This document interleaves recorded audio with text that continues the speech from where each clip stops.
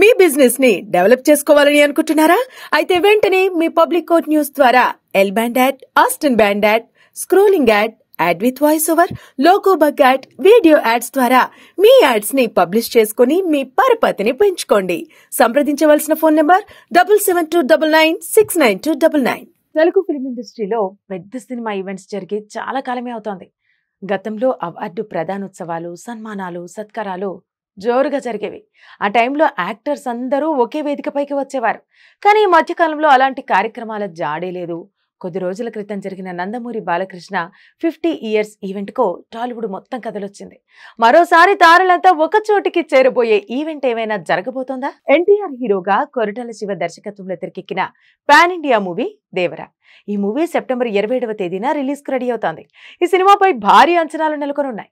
ఇప్పటికే 2 సాంగ్స్ గట్టిగానే ట్రెండ్ అయ్యాయి. ఫస్ట్ సింగిల్ గా దేవర ఎలివేషన్ సాంగ్ గా వచ్చింది. దీనికి సూపర్ రెస్పాన్స్ వచ్చింది. బాలీవుడ్ స్టార్స్ జాన్వీ కపూర్, సైఫ్ అలీ ఖాన్ లో దేవర ద్వారా టాలీవుడ్ ఎంట్రీ ఇస్తున్నారు. జనతా గ్యారేజ్ తర్వాత కొరటాల శివ దర్శకత్వంలో ఎన్టీఆర్ నటిస్తున్న సినిమా కావడంతో దేవరపై భారీ అంచనాలున్నాయి. సెప్టెంబర్ 10వ తేదీన ముంబైలో ట్రైలర్ లాంచ్ కార్యక్రమం జరిగింది.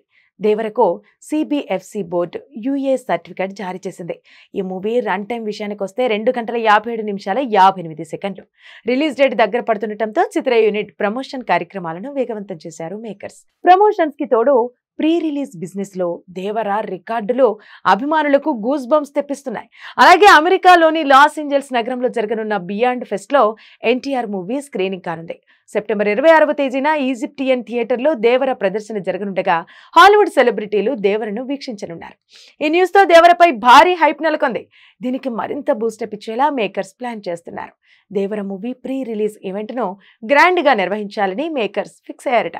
సెప్టెంబర్ 22వ తేదీన హైదరాబాద్ లోని నోవెటాల్ వేదికగా దీనికి ప్లాన్ చేస్తున్నారని ఫిల్మ్ నగర్ లో టాక్ నడుస్తోంది.